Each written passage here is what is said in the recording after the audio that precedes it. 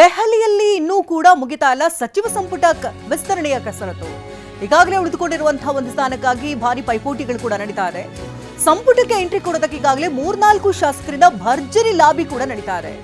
ಬ್ಯಾಡಗಿ ಶಿವಣ್ಣ ಸಂಪುಟ ಸೇರ್ಪಡೆಗೆ ಸಿದ್ದರಾಮಯ್ಯ ಒಂದು ಕಡೆ ಒತ್ತಡವನ್ನ ಹಾಕ್ತಿದ್ದಾರೆ. ಇತ್ತ ಶಾಸಕ ಎಂ ಕೃಷ್ಣಪ್ಪ ಪರ ಕೆಲ ಹೈಕಮಾಂಡ್ ನಾಯಕರ ಒಲವು ಕೂಡ ಇದೆ.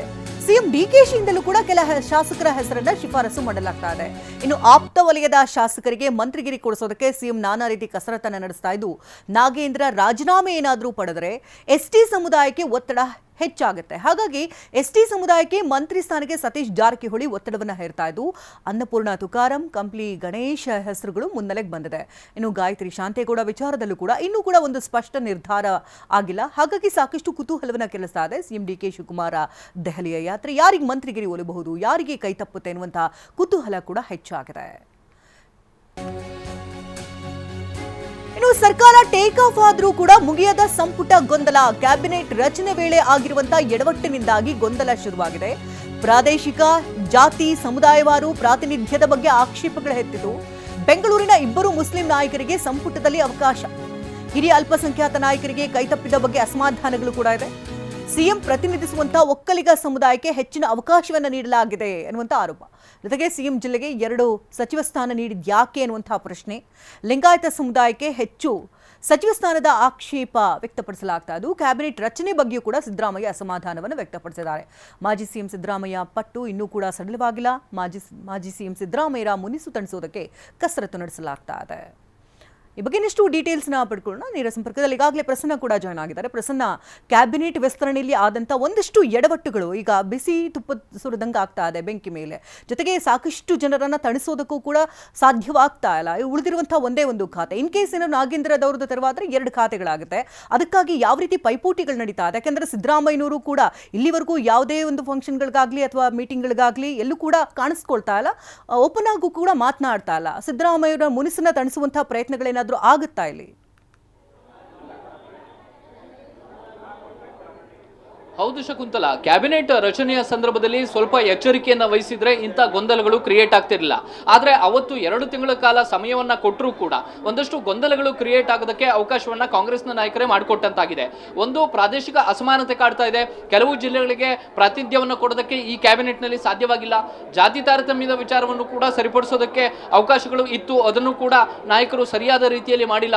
ಕೆಲವು ನಿಗದಿತ ಸಮುದಾಯಗಳಿಗೆ ಹೆಚ್ಚಿನ ಅವಕಾಶವನ್ನು ನೀಡಲಾಗಿದೆ ಅನ್ನೋದು ಕಾಂಗ್ರೆಸ್ನ ನಾಯಕರಲ್ಲಿ ಒಂದಷ್ಟು ಅಪಸ್ವರವನ್ನ ಹೇಳುವಂತೆ ಮಾಡೋದಕ್ಕೆ ಅವಕಾಶವನ್ನ ಮಾಡಿಕೊಟ್ಟಿತ್ತು. ಈಗ ಇರುವಂತದ್ದು ಒಂದು ಮಹಿಳಾ ಸಚಿವ ಸ್ಥಾನ ಮಾತ್ರ ಹಾಗೆ ಬಾಕಿ ಉಳಿದಿದೆ. ಯಾರು ಅಸಮಾಧಾನಿತ ಹಿರಿಯ ಶಾಸಕರಿದ್ದಾರೆ ಅವ್ರನ್ನ ಕ್ಯಾಬಿನೆಟ್ಗೆ ಸೇರ್ಪಡೆ ಮಾಡ್ಕೊಳ್ಬೇಕು ಅಂತಂದ್ರೆ ಕೆಲವೊಂದಿಷ್ಟು ಮಂದಿ ಹಾಲಿ ಸಚಿವರ ರಾಜೀನಾಮೆಯನ್ನ ಪಡೆದುಕೊಳ್ಬೇಕಾಗುತ್ತೆ. ಅದರಲ್ಲಿ ಪ್ರಮುಖವಾಗಿ ಕೇಳಿಬರ್ತಾ ಇರುವಂತದ್ದು ಸಿದ್ದರಾಮಯ್ಯನವರ ಮುನಿಸು ಇನ್ನೂ ಕೂಡ ತಣ್ಣಗಾಗಿಲ್ಲ. ಸಿದ್ದರಾಮಯ್ಯನವರು ಬ್ಯಾಡಗಿ ಶಾಸಕರು ಅವರ ಪರವಾಗಿ ಇನ್ನೂ ಕೂಡ ಬಿಗಿ ಪಟ್ಟನ್ನ ಹಾಗೆ ಮುಂದುವರಿಸಿದ್ದಾರೆ. ಎಲ್ಲಿಯ ತನಕ ಅವ್ರನ್ನ ಕ್ಯಾಬಿನೆಟ್ಗೆ ಸೇರ್ಪಡೆ ಮಾಡ್ಕೊಳ್ಳೋದಿಲ್ಲ ಅಲ್ಲಿಯ ತನಕವೂ ಕೂಡ ತನ್ನ ಮುನಿಸು ಕಡಿಮೆ ಆಗೋದಿಲ್ಲ ಅನ್ನುವಂಥ ಕ್ಲಿಯರ್ ಆದಂತಹ ಮೆಸೇಜ್ ಅನ್ನ ಹೈಕಮಾಂಡ್ ನಾಯಕರಿಗೂ ಕೂಡ ಸಿದ್ದರಾಮಯ್ಯ ರವಾನಿಸಿದ್ದಾರೆ. ಬ್ಯಾಡಗಿ ಶಾಸಕ ಶಿವಣ್ಣ ಅವ್ರನ್ನ ಸೇರ್ಪಡೆ ಮಾಡ್ಕೋಬೇಕು ಅಂತಂದ್ರೆ ಸಹಜವಾಗಿ ಯಾರ್ದಾದ್ರೂ ರಾಜೀನಾಮೆಯನ್ನ ಪಡೆದುಕೊಳ್ಳಲೇಬೇಕಾಗುತ್ತೆ. ಒಂದು ಮಹಿಳಾ ಸಚಿವ ಸ್ಥಾನವನ್ನಂತೂ ಕೊಡಲೇಬೇಕಾಗುತ್ತೆ. ಮಹಿಳಾ ಸಚಿವರು ಯಾರು ಅನ್ನುವಂಥ ಪ್ರಶ್ನೆ ಬಂದಾಗಲೂ ಕೂಡ ಅಕಸ್ಮಾತ್ ನಾಗೇಂದ್ರ ಅವರ ರಾಜೀನಾಮೆಯನ್ನ ಪಡೆದುಕೊಂಡ್ರೆ ಆಗ ಅಲ್ಲಿ ಒಂದು ಮಹಿಳಾ ಸಚಿವ ಸ್ಥಾನವನ್ನ ಅನ್ನಪೂರ್ಣ ತುಕಾರಾಂ ಅವರು ಎಸ್ಸಿ ಸಮುದಾಯಕ್ಕೆ ಸೇರಿದವರು ಅವ್ರನ್ನ ಭರ್ತಿ ಮಾಡಿಕೊಂಡು ಬ್ಯಾಡಗಿ ಶಿವಣ್ಣ ಅವ್ರನ್ನ ಕ್ಯಾಬಿನೆಟ್ಗೆ ಸೇರಿಸ್ಕೊಳ್ಳೋದಕ್ಕೆ ಅವಕಾಶ ಆಗೇ ಆಗುತ್ತೆ. ಈ ರೀತಿಯ ಫಾರ್ಮುಲಾ ಬಗ್ಗೆ ಏನಾದರೂ ಕಾಂಗ್ರೆಸ್ ಹೈಕಮಾಂಡ್ ಆಲೋಚನೆ ಮಾಡ್ತಿದೆಯಾ ಅನ್ನುವಂಥದ್ದು ಇವತ್ತು ಸಂಜೆಯ ವೇಳೆಗೆ ಒಂದು ಸ್ಪಷ್ಟ ಚಿತ್ರಣ ಸಿಗಬಹುದು. ಆದರೆ ಹಿರಿಯ ನಾಯಕರ ಅಸಮಾಧಾನವನ್ನು ತಣಿಸೋದಕ್ಕೆ ಮೊದಲೇ ಮಾಡಬೇಕಾಗಿದ್ದಂಥ ಪ್ರಯತ್ನಗಳನ್ನ ಇಷ್ಟು ತಡವಾಗಿ ಒಂದು ರೀತಿಯ ಗೊಂದಲಗಳನ್ನ ಹೆಚ್ಚೋ ರೀತಿಯಲ್ಲಿ ಮಾಡಿಕೊಳ್ಳುವಂಥ ಹೈಕಮಾಂಡ್ನ ಈ ನಡೆ ಎಲ್ರಿಗೂ ಕೂಡ ಸರಿ ಕಂಡು ಬರ್ತಾ ಇಲ್ಲ. ಯಾವುದೇ ಕಾರಣಕ್ಕೂ ಕೂಡ ಈ ರೀತಿ ಮಾಡಬಾರದಾಗಿತ್ತು ಅನ್ನುವಂಥ ಅಭಿಪ್ರಾಯಗಳು ಎಲ್ಲ ಕಡೆಯೂ ಕೂಡ ವ್ಯಕ್ತವಾಗ್ತಾ ಇದೆ. ಈಗ ಇರುವಂಥ ಒಂದು ಸ್ಥಾನಕ್ಕೋಸ್ಕರ ಹಲವಾರು ಮಂದಿ ಲಾಬಿಯನ್ನು ನಡೆಸ್ತಾ ಇದ್ದಾರೆ. ಎಂ ಕೃಷ್ಣಪ್ಪ ಮತ್ತು ಪ್ರಿಯಾ ಕೃಷ್ಣ ಅವರು ಕೂಡ ಎಲ್ಲೋ ಒಂದು ಕಡೆ ಇನ್ನೂ ಕೂಡ ಹಾಗೆ ಆಶಾಭಾವನೆಯನ್ನ ಇಟ್ಕೊಂಡಿದ್ದಾರೆ.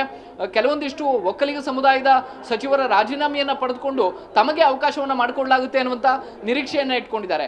ಸಿದ್ದರಾಮಯ್ಯನವರು ಕೂಡ ಕ್ಯಾಬಿನೆಟ್ನಲ್ಲಿ ತಮ್ಮ ಬೆಂಬಲಿಗ ಶಾಸಕರಾಗಿರುವಂತಹ ಬ್ಯಾಡಗಿ ಶಿವಣ್ಣ ಅವರಿಗೆ ಅವಕಾಶ ಸಿಗುತ್ತೆ ಅನ್ನುವಂಥ ವಿಶ್ವಾಸದಲ್ಲಿದ್ದಾರೆ. ಇನ್ನೊಂದು ಕಡೆ ಮಹಿಳಾ ಸಚಿವ ಸ್ಥಾನದ ವಿಚಾರದಲ್ಲೂ ಕೂಡ ಹಲವಾರು ಮಂದಿ ಮಹಿಳಾ ಶಾಸಕಿಯರು ತಮ್ಮ ಲಾಬಿಯನ್ನ ತಮ್ಮದೇ ಮಠದಲ್ಲಿ ನಡೆಸ್ತಾ ಇದ್ದಾರೆ. ಅದು ಲಕ್ಷ್ಮೀ ಹೆಬ್ಬಾಳ್ ಅವರು ಇರ್ಬೋದು, ಅನ್ನಪೂರ್ಣ ತುಕಾರಾಂ ಇರ್ಬೋದು, ಯಾರೇ ಇರ್ಬೋದು. ಅವರೆಲ್ಲರ ಪ್ರಯತ್ನವೂ ಕೂಡ ಇದೀಗ ದೆಹಲಿಯಲ್ಲಿ ಉತ್ತರ ಸಿಗುವಂತಹ ಸಾಧ್ಯತೆಗಳಿದ್ದಾವೆ. ಮುಖ್ಯಮಂತ್ರಿ ಡಿ.ಕೆ. ಶಿವಕುಮಾರ್ ಅವರು ರಾಹುಲ್ ಗಾಂಧಿ ಅವರ ಜೊತೆ ಕೆ.ಸಿ. ವೇಣುಗೋಪಾಲ್ ಮತ್ತು ಸುರ್ಜೇವಾಲಾ ಅವರ ಜೊತೆ ಒಂದು ಅಂತಿಮವಾದಂತಹ ಚರ್ಚೆಯನ್ನು ನಡೆಸಿ ಅಂತಿಮ ನಿರ್ಣಯವನ್ನ ಕೈಗೊಳ್ಳುವಂತಹ ಸಾಧ್ಯತೆಗಳು ದಟ್ಟವಾಗಿ ಕಂಡು ಬರ್ತಾ ಇದಾವೆ. ಶಕುಂತಲಾ, ಧನ್ಯವಾದ ಪ್ರಸನ್ನ ತಮ್ಮ ಅಪ್ಡೇಟ್ಸ್ಗಾಗಿ.